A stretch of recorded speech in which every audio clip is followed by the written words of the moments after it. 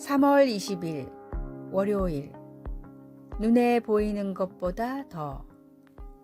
말타기와 올가미 던지기를 겨루는 로데오 시합에 가면 참가자들의 한 손에 4손가락만 있고 엄지손가락이 있어야 할 자리에 혹이 있는 것을 보게 됩니다.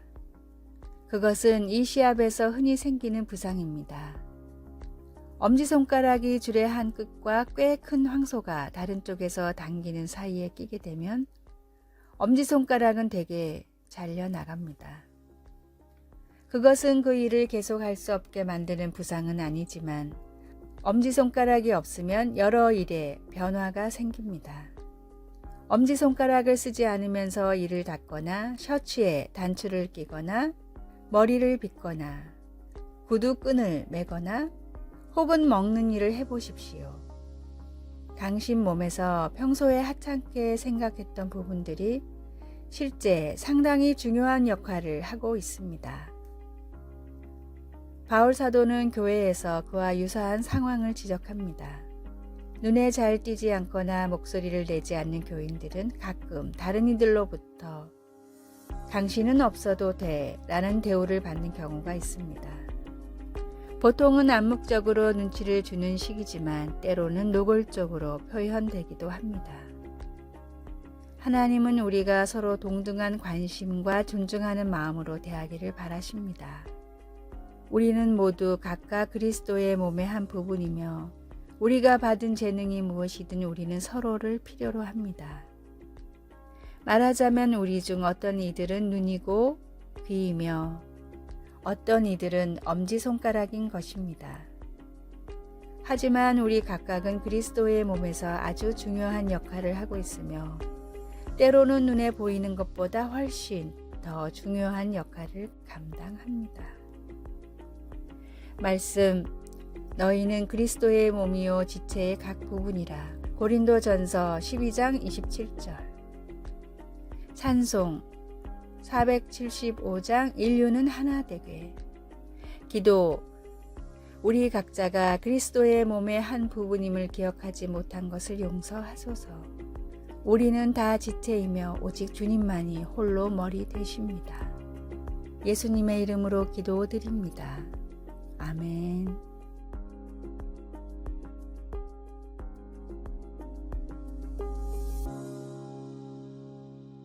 3월 21일 화요일. 그저 바라보길 원합니다. 프랑스의 문학 총사령관이라고 불리던 평론가 질 바르베 도르비가 길을 걷고 있었습니다. 멀찍이 떨어진 곳에서 남루한 차림의 남자가 따라오는 것을 느낀 도르비는 목적지를 향해 빠르게 걸었습니다. 유명한 평론가인 도르비에게 청탁을 하러 오는 사람들이 많았기 때문에 그런 사람 중 한 명이라고 생각했기 때문입니다. 그러나 이 남자는 적당한 거리를 유지한 채 계속 도르비를 쫓았습니다. 답답한 도르비가 결국 남자를 찾아가 따졌습니다. 도대체 왜 자꾸 날 따라오는 겁니까? 무엇을 원합니까? 청년은 감격에 겨운 목소리로 대답했습니다. 그저 선생님을 조금이라도 오랫동안 바라보길 원합니다. 레옹 블루아라는 작가는 도르비를 평소 매우 존경했는데 우연히 길에서 도르비를 발견하고는 자신도 모르게 쫓아간 것이었습니다. 이 만남으로 시작된 두 사람의 우정은 30살의 나이 차이를 극복하고 평생 동안 이어졌습니다. 이 둘의 관계처럼 하나님을 가까이에서 바라보길 원하는 우리가 할 수 있는 방법은 무엇이 있을까요? 늘 주님과 함께 하길 원하고 주님의 곁에 거하길 원하고 주님을 닮기를 원한다면 매일을 말씀과 기도로 하나님을 만나시는 하루하루가 되시길 바랍니다. 오늘의 말씀, 나의 영혼아 잠잠히 하나님만 바라라. 대저 나의 소망이 저로 쫓아 나는도다. 시편 62편 5절. 오늘의 찬송 430장 주와 같이 길 가는 것. 오늘의 만나 주님을 더 알고 싶어하는 마음이 늘 샘솟듯 솟아나게 하소서. 나를 사랑하시는 위대한 주님과 동행하는 기쁨을 누리는지 생각합시다.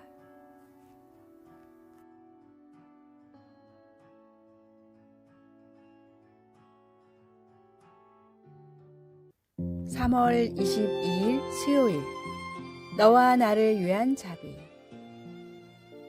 코로나19 감염병의 세계적 유행으로 인해 한때 유람선들이 항구에 머무르고 승객들은 격리되었습니다.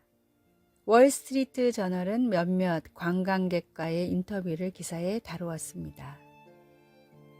한 승객은 격리로 인해 많은 대화의 기회가 생겼다고 말하며 비상한 기억력을 가진 아내가 그의 과거의 잘못을 낱낱이 끄집어냈는데도 아직 더 남은 것 같다고 농담했습니다.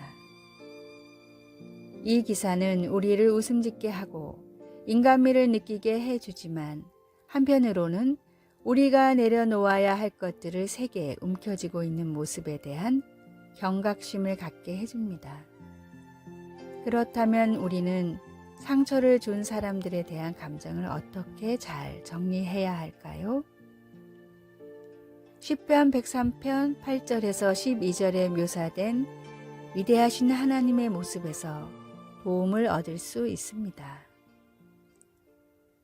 8절에서 10절에 담긴 의미에 주목할 필요가 있습니다.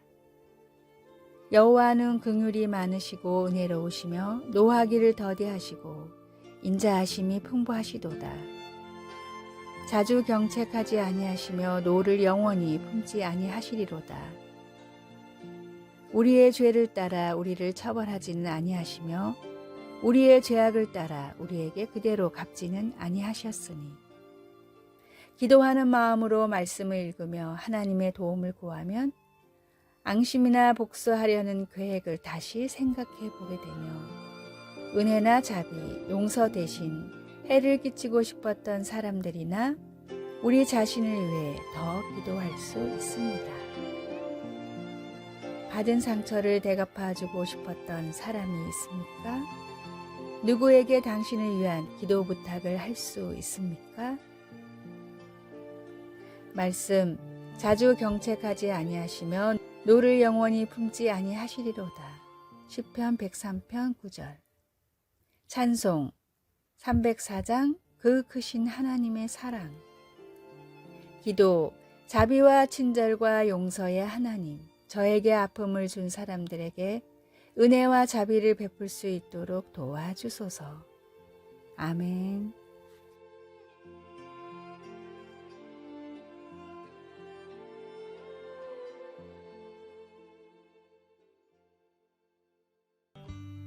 (3월 23일) 목요일, 새로운 삶의 방법.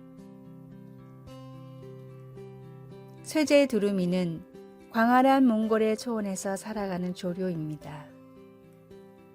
너른 들판에 가면 쉽게 찾아볼 수 있는 쇠제 두루미이지만 가을철만 되면 한순간에 사라져 한 마리도 찾기가 힘들어집니다. 영하 50도에 이르는 혹독한 추위를 거슬러 따스한 인도를 찾아가기 때문입니다. 문제는 몽골과 인도 사이를 가로막고 있는 히말라야 산맥이었습니다. 높이가 8,000m인 히말라야 산맥은 제 아무리 세라 해도 넘어가기가 사실상 불가능합니다. 쇠제 두루미가 어떻게 1년에 2번이나 히말라야를 넘을 수 있는가는 많은 생물학자들에게 수수께끼였습니다. 그러다 최근 기술의 개발로 쇠제 두루미의 비행을 추적할 수 있게 됐는데 그 비결은 매우 놀라웠습니다. 쇠제 두루미는 과학적으로 매우 복잡한 호흡법으로 체력을 유지하며 공기 밀도가 높은 곳을 찾아 17시간 동안 쉬지 않고 날개짓을 했습니다. 사람들이 보기에는 히말라야를 1년에 2번이나 넘는 불가능한 비행이었지만 본능적으로 최적의 비행법을 알고 있던 쇠제 두루미에게는 심박에 조금도 무리가 가지 않는 편안한 여정이나 마찬가지였습니다.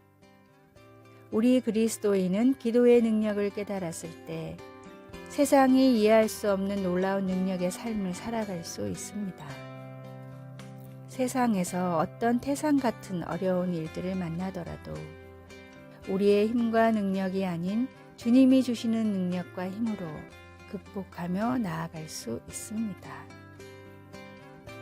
오늘의 말씀, 내가 복음을 부끄러워하지 아니하노니 이 복음은 모든 믿는 자에게 구원을 주시는 하나님의 능력이 됨이라.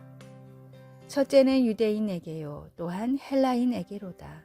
로마서 1장 16절. 오늘의 찬송 345장 캄캄한 밤 사나운 바람 불 때. 오늘의 만나, 주님께서 함께 하시면 모든 문제가 해결될 수 있음을 믿게 하소서. 세상을 이길 힘을 주신 주님을 믿고 기도와 찬양으로 나아갑시다.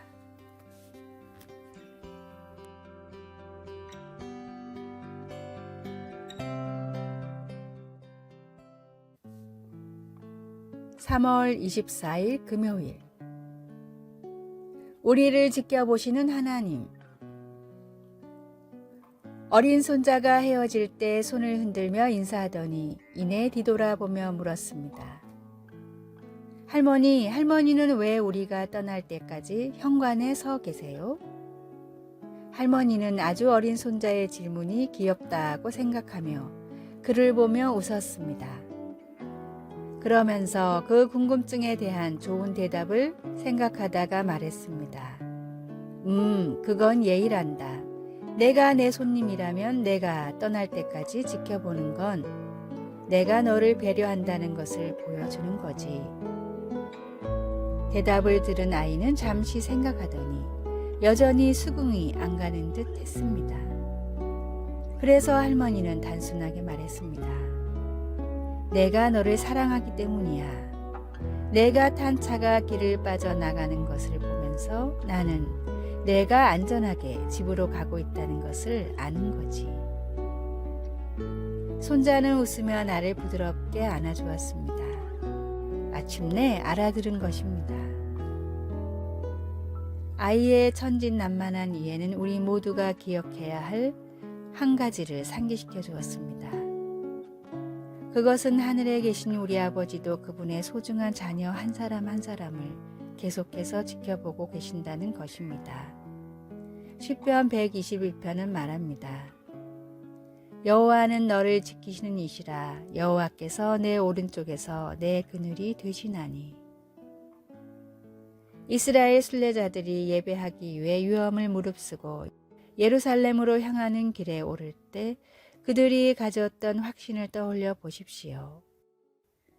낮의 해가 너를 상하게 하지 아니하며 밤의 달도 너를 해치지 아니하리로다. 여호와께서 너를 지켜 모든 환난을 면하게 하시며 또 내 영혼을 지키시리로다. 이와 같이 우리도 각자 우리의 인생 길을 올라가는 동안 영적인 위협이나 해를 당할 때 여호와께서 우리의 출입을 지켜주실 것입니다. 왜요? 하나님의 사랑 때문입니다. 언제요? 지금부터 영원까지입니다. 말씀, 여호와는 너를 지키시는 이시라. 시편 121편 5절. 찬송 383장 눈을 들어 산을 보니. 기도, 하나님 아버지, 우리가 인생 길을 가는 동안 우리를 지키시고 안전하게 보호해 주시니 감사합니다.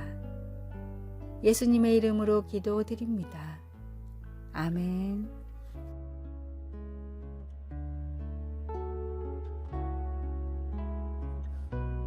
아래의 빨간색 글자 구독을 누르시어 더 많은 전도의 열매를 맺으시기를 기도합니다.